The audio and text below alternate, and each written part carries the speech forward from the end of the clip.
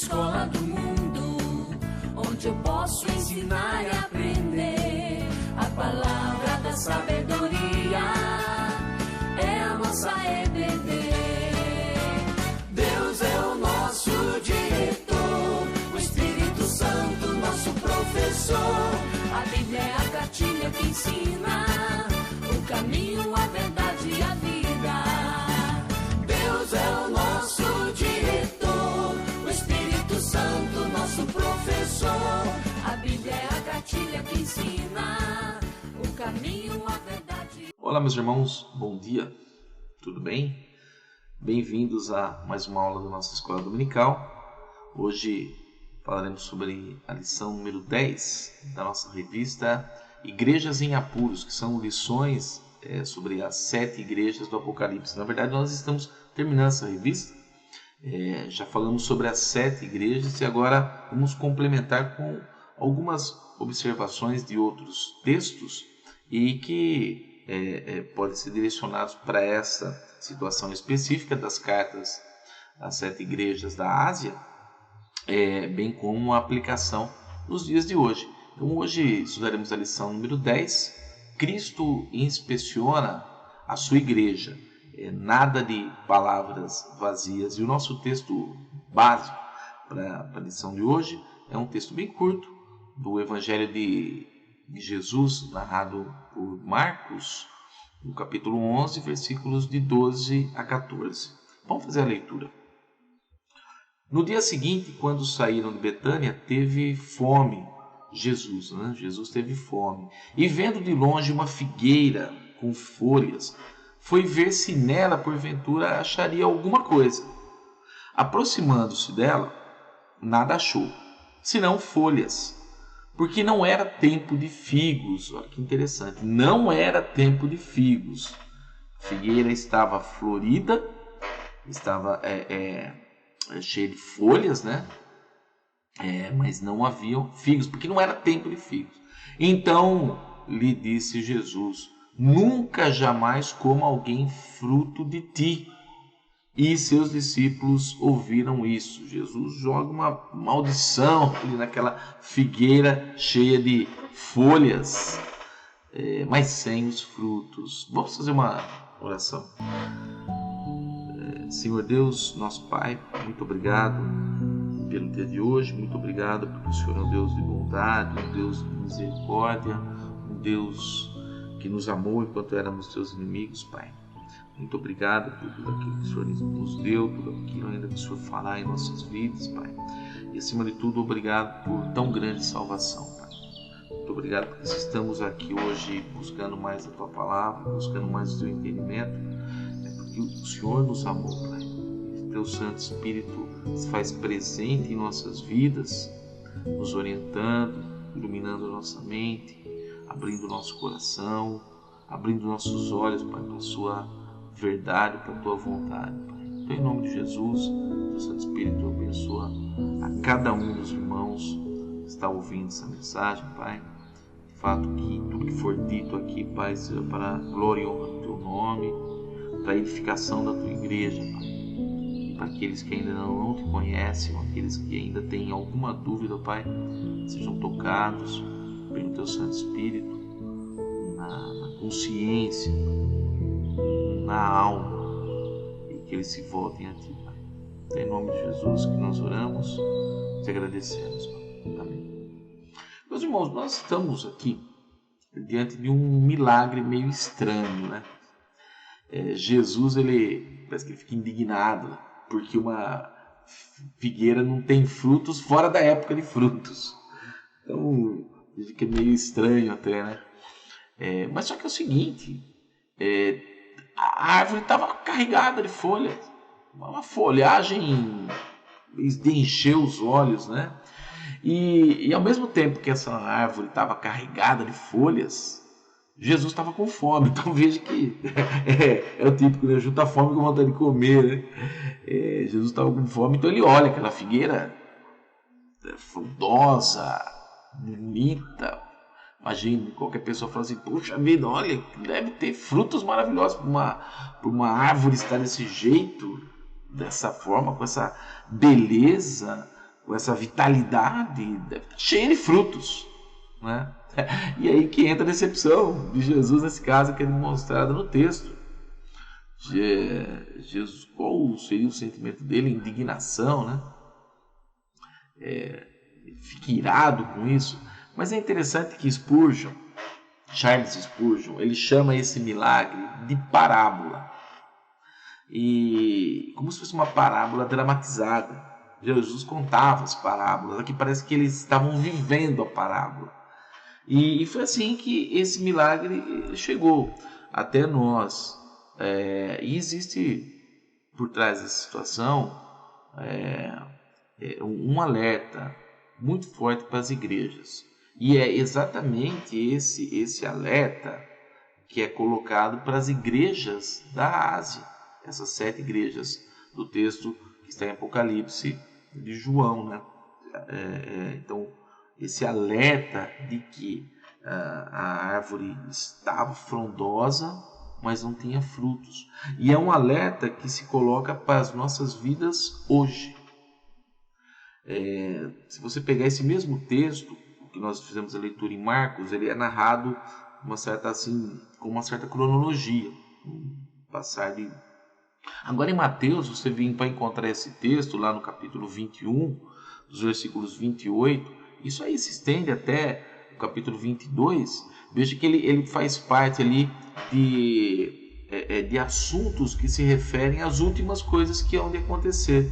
Então, observe bem, esse texto ele é utilizado ali numa situação prática ali de Jesus para com os apóstolos, na época uma parábola, um milagre parábola que é colocado ali para os discípulos naquele momento, mas também ele aponta para as últimas coisas, ou seja, toda aquela promessa que existe ali no Apocalipse para as igrejas, no momento que elas viviam, né, no momento que elas estavam inseridas, mas também projetando para todas as igrejas ao longo de todo o período que a humanidade viria, assim também como no juízo final. Então, essa parábola ela é muito interessante, curtinha, veja que versículo 12 ao versículo 14, mas ela aponta para uma realidade muito interessante dentro do Evangelho. Então, observe o seguinte, veja que aquele não era tempo de figos. Realmente ninguém poderia esperar que ia encontrar um figo. Os teólogos falam que esse evento ele se deu próximo à Páscoa, seria no mês de abril, mais ou menos. E aquela não era época de você encontrar figos. E inclusive porque os brotos da figueira eles começam a aparecer no final de março. Então não daria tempo de ter figo ainda. Você está em abril, no finalzinho de março começa a aparecer esses brotos. E uma coisa interessante, o que acontece, os figos, eu não entendo muito de figo, mas a gente acaba estudando um pouco para fazer a lição. Ele geralmente ele nasce junto com a folhagem. Então essa a observação que se faz sobre esse tipo de planta. Os figos, os frutos, eles vão nascendo junto com a folhagem. Em alguns casos eles aparecem até antes. E então olha aqui, quando Jesus ele olha para aquela árvore, ele vê já aquela árvore formada com todas as folhas, apesar de não ser a época, mas pela observação que eles tinham naquele momento, é que se uma árvore estava carregada de folhas, era que com certeza os frutos já tinham aparecido, até mesmo antes de aparecer todas essas folhas. Então, quando Jesus estava com fome, ele se aproxima daquela árvore e ele faz uma coisa muito interessante. Ele começa a inspecionar aquela figueira. Ele vai analisando. Aí ele olha, ela tem toda aquela folhagem e ele começa a inspecionar se de fato aquela folhagem representava a realidade daquela planta. Se aquela imagem que a planta, que a árvore estava apresentando, né, um pé carregado de folhas, vistoso daquela forma, se aquilo correspondia com a realidade biológica, né? Seria o quê? Os frutos aparecerem junto com as folhas. Mas não é isso que acontece. Jesus inspeciona a árvore e vê que ela não correspondia com a realidade daquela planta.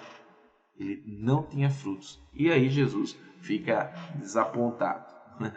Interessante isso, né?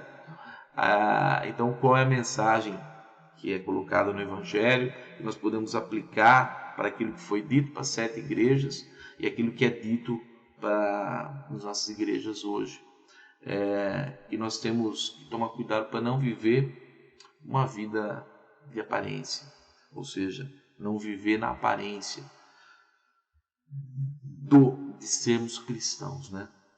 O fato é que muitas pessoas se declaram cristãs, aparentam ter um compromisso com Deus, aparentam ter um compromisso com a fé cristã, professam inclusive a religião, professam amor a Jesus, mas no momento das crises, relacionamentos, questões financeiras, questões da vida em geral, elas recorrem a soluções antibíblicas. As suas atitudes, elas não refletem aquilo que professam.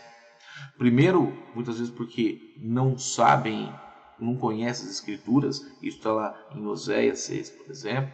Jesus, o profeta, fala assim que o povo é destruído porque não conhece a Escritura. Jesus resgata esse mesmo tempo, ele acrescenta o povo é destruído porque não conhece as Escrituras e nem o poder de Deus. Isso é muito interessante, né? Não só as Escrituras, mas não tem. E quando ele se trata da questão o poder de Deus, ele está se relacionando com o seguinte: não conhecem a Deus, não fazem parte de Deus. Não é só porque não conhecem as Escrituras, não é que ouviram falar do poder de Deus, não, que não fazem parte. O povo é destruído porque não conhece a mente de Deus através das Escrituras e nem se relacionam com Ele. É isso que Jesus está falando. E muitas pessoas que às vezes professam essa fé, de fato, não conhecem as Escrituras, no sentido não de saber a Bíblia, não é disso que se trata. Não é ser iluminado pelo Espírito a ponto de saber que aquela é a vontade de Deus e essa vontade se transformar em vontade dele também para a própria vida. Quer dizer, viver a mente de Deus através do conhecimento que ele tem. E não conhece o poder de Deus no sentido de não estar relacionada à mente de Deus, à vontade de Deus. Não querer essa vontade de Deus na própria vida. E é claro que aí essas pessoas elas vão dar mais atenção aos seus próprios interesses. Então é possível que há algum tempo as pessoas até consigam enganar a igreja, consigam enganar os irmãos, mas isso não dura muito tempo. Então viver de aparência é como aquela figueira, não impressiona as pessoas o tempo todo, muito menos Jesus, muito menos aquele que os olhos atravessam os corações, atravessam a alma e consegue investigar Jesus, que consegue investigar as intenções e as motivações do coração. Vai além das aparências. O olhar de Jesus vai para além daquilo que as pessoas dizem que são. Jesus vai buscar as coisas daquilo que a pessoa é, de fato, lá no fundo do coração, inclusive como o salmista fala, que sabe de coisas que nós não sabemos. Deus conhece coisas que não fazemos nem ideia daquilo que somos, daquilo que temos, daquilo que podemos, nosso potencial, né? Tanto para o bem como para o mal. Isso Deus conhece. Então não adianta viver de aparência, não adianta viver da boca para fora, não adianta viver, às vezes muitos têm o que nós chamamos da ortodoxia, né? Conhece a palavra, conhece as leis, né? Mas falta ali aquele que nós colocamos, os teólogos falam sobre a ortopraxia. Tem a lei, exatamente como os fariseus faziam, né? Conheciam a lei, conheciam todos os ditames, só que a prática era outra. Então viver de aparência acarreta pelo menos 3 pecados, pelo menos. O primeiro é o orgulho, porque faz com que a pessoa ela se superestime, ela faz a pessoa acreditar que os outros, né, olham e admiram como ele gostaria que fosse, ou como a pessoa imagina que é o orgulho, né? Além disso, viver essa aparência ilude a pessoa a querer viver como se estivesse concorrendo com os outros, né? Querendo competir, querendo mostrar que tem mais. Então essa ilusão do orgulho faz com que a pessoa queira mostrar que tem uma família melhor, tem uma esposa melhor, um marido mais bonito, que as roupas são melhores, que os filhos são mais bem educados, tá? Que tem uma condição de vida melhor. E a questão é, né, mas será que ela sempre vai precisar convencer os outros para que os outros o admirem e queiram viver como ela, por aquilo que ela tem, né? por aquela mentira que ela aparenta? Mas veja que o orgulho também não passa da folhagem da figueira, não é além disso, folhagem que às vezes as pessoas só mostram. Isso é um pecado, e viver de aparência, ele com certeza vai afligir a pessoa. Uma outra, nessa vida de aparências, um outro pecado que isso acarreta é a mentira. Porque a mentira ela está no ponto da pessoa acreditar, querer aparentar aquilo que ela não é. E aparentar aquilo e apresentar aquilo que ela não tem. Então a mentira é uma ilusão que a pessoa escolhe viver. E muitos vivem na mentira, não é que contam mentira, vivem na mentira. A pessoa mente para que os outros e para que ela mesma, sugerindo possuir um caráter que nunca tem. Mas é claro, meus irmãos, que a crise ela vem cedo, porque a mentira ela tem um prazo de validade muito curto. Logo, as pessoas elas vão se ressentir porque não tem a reputação que desejam ou as amizades que elas gostariam de ter, né? A mentira também, assim como o orgulho, é uma fumaça que só espera o sopro da verdade para se dissipar.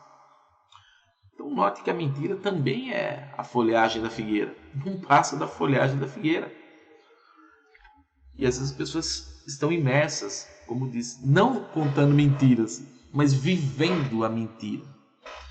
E um terceiro pecado, que a aparência pode acarretar na vida da pessoa, é a hipocrisia.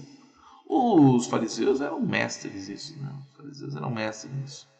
Então a hipocrisia, o que é aquela arte de atuar.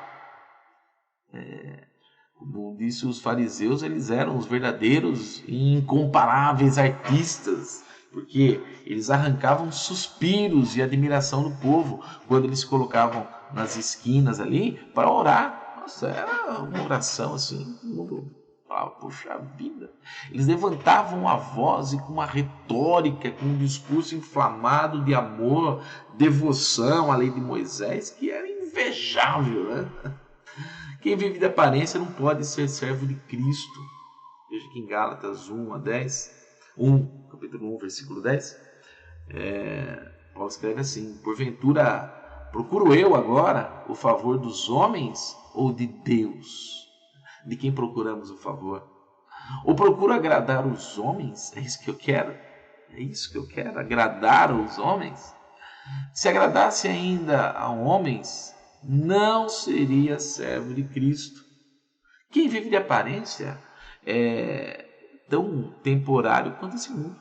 Quem vive de aparência não tem o coração puro diante de Deus.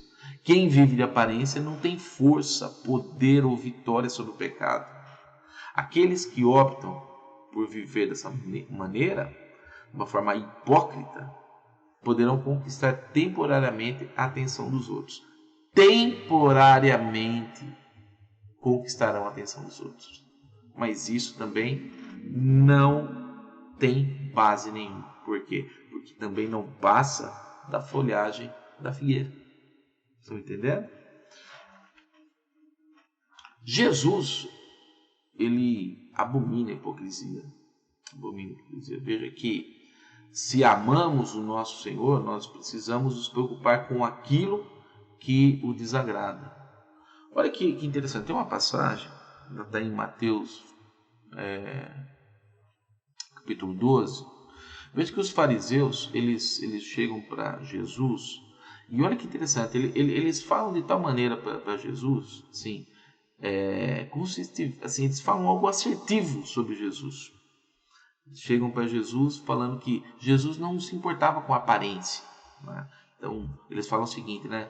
O texto, né? Marcos 12, 14. Chegando, disseram-lhe os fariseus, né? Falando para Jesus: Mestre, sabemos que é verdadeiro e não te importas com quem quer que seja. No sentido de não fazer diferença das pessoas, né? Porque não olhas a aparência dos homens, antes, segundo a verdade, ensina-os o caminho de Deus. Entenderam? Eles vêm, eles falam algo bom sobre Jesus, como se estivesse elogiando Jesus. Olha, o Senhor não faz diferença sobre as pessoas, o Senhor não fica, trata melhor quem é rico. Não, o Senhor não despreza os pobres, não despreza. Eles vão fazem toda essa mise-en-scène, essa bajulação, palavra, né, chega para Jesus. Só que aí eles emendam a questão com uma pegadinha, né, exatamente para tentar colocar Jesus numa situação difícil a ponto de ele estar cometendo um crime e poder ser preso e morto, e por pregar, na verdade, como se fosse um rebelde contra o poder instituído dos romanos, né? Então, na sequência, eles falam assim, olha só que interessante, eles emendam a questão, na fala, né? Estou voltando, né? Segundo a verdade, fala que Jesus estava ensinando, né? A verdade ensina o caminho de Deus. Aí eles emendam, é lícito pagar tributo a César ou não? Veja, emendam uma pegadinha, né? Devemos ou não devemos pagar? Olha que povo hipócrita, né? Que povo malandro demais, né? É muita malandragem, meus irmãos. É muita sem vergonhice, desculpa o termo, né? E quantos não agem dessa forma? Falam em nome de Deus, gritam, né? Que amam a Deus, em nome de Jesus, Deus no comando, Deus é soberano, tal. E no entanto, o interesse é outro, né?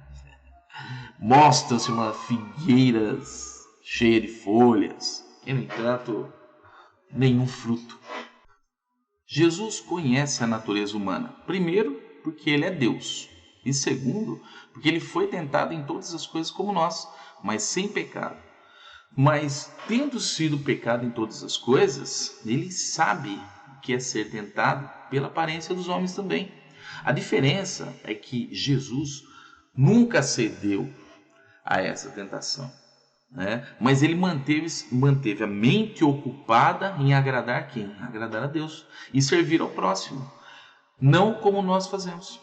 Muitas vezes vacilando, caindo, reaprendendo, né? Mas só que ele fez isso com perfeição. Por ter vencido a tentação de mostrar apenas folhagem, Jesus não só entende a nossa tentação, mas ele também nos garante o seu poder para vencer. Veja o que ele fala lá, João 15, versículo 4. Permanecei em mim e eu permanecerei em vós. Como não pode o ramo produzir fruto de si mesmo, se não permanecer na videira? Assim nem vós o podeis dar, se não permanecerdes em mim. Se você consegue imaginar o olhar de Jesus sobre você, da mesma maneira que Jesus inspecionou a figueira. Você consegue imaginar esse olhar investigativo sobre a sua vida? Passando por cada detalhe de suas palavras, sua conduta, seus pensamentos? Lembra quando Pedro negou Jesus pela terceira vez? O que aconteceu? Lá em Lucas, ele narra que o galo cantou e Jesus fixou os olhos em Pedro. Então Pedro se lembrou das coisas de Jesus, de que ele o negaria. Jesus tinha falado isso. Aquela inspeção que Jesus fez, né, em Pedro ali, levou Pedro a um arrependimento amargo. Ele sentiu uma dor, uma angústia, talvez não seja fácil de escrever, né? Essa angústia, de fato, é conhecida somente por aqueles que se arrependem com grande tristeza dos pecados que cometem. Então, em seu caso, os olhos de Jesus podem te levar à mudança, podem te levar à transformação, podem te levar ao arrependimento sincero. Não foi assim o olhar de Jesus para aquela figueira. Não, o olhar de Jesus para a figueira não foi o mesmo olhar para Pedro. Não é o mesmo olhar que Jesus pode estar colocando sobre nós nesse momento. O olhar sobre a figueira foi outro, né? Jesus poderia até ter transformado aquela figueira, ter feito uma figueira frutífera. Mas, como o Spurgeon fala, aquilo era uma parábola. E Jesus estava falando sobre a questão de um julgamento iminente, de um momento em que não há mais oportunidade ou chance da pessoa se arrepender. Jesus retratou naquela figueira o olhar de inspeção que ele vai dirigir a cada um de nós no dia do julgamento. Aquele que hoje se gaba da aparência, que confia em suas folhagens, que se protege em sua prosperidade, em sua saúde, ou inteligência, ou até mesmo em sua religiosidade, está perdido. O que acredita que por ser membro de uma igreja, cantar louvores, fazer suas longas orações, né? Aqueles que se dizem hoje terrivelmente evangélicos, né? Acham que estão salvos por conta disso? Não. Estarão perdidos. Veja que essas pessoas estão próximas de um grande desapontamento ao perceber que não foram e nunca serão verdadeiros filhos de Deus. Do mesmo modo como Jesus disse, nunca mais nasça frutos de ti, assim a qualquer instante ele pode dizer para aqueles que confiam em si mesmos, né, e se orgulham de si mesmos, nunca mais nasça frutos de ti. Então, era esse o perigo que as igrejas da Ásia, com exceção de Esmirna e Filadélfia, estavam correndo. E é essa a mensagem que nos chega hoje. Jesus ele vai colocar então plena luz à vida. E veja que nada resiste à luz. Nada resiste à luz. Todos os segredos, os mistérios serão estampados diante dos olhos de Jesus. Hoje é o dia em que você deve se preocupar com isso. Hoje é o dia que o olhar de Jesus poderá te levar ao arrependimento verdadeiro. Veja que nas lições anteriores nós destacamos a inspeção de Cristo sobre as igrejas da Ásia, o que nos serve de modelo para entender que da mesma maneira Jesus vai manter o seu olhar sobre cada igreja espalhada pela terra. Então, meus irmãos, olha, tendo a consciência de que o olhar dele está nesse instante sobre a sua vida, não resista. Não tente esconder o que ele já conhece. Não se faça desentendido com Deus. Ele o inspeciona agora. Para quê? Para trazer para fora tudo que é condenável em você. Ele quer te purificar. Ele mesmo se encarrega de limpar o seu coração e a sua vida. Ele tem todo interesse em fazer isso. Por quê? Porque Jesus veio para nos salvar e nos livrar da condenação resultante dos nossos próprios pecados. Meus irmãos, tenham um bom domingo, Deus abençoe a todos, tenham uma boa semana e até a próxima.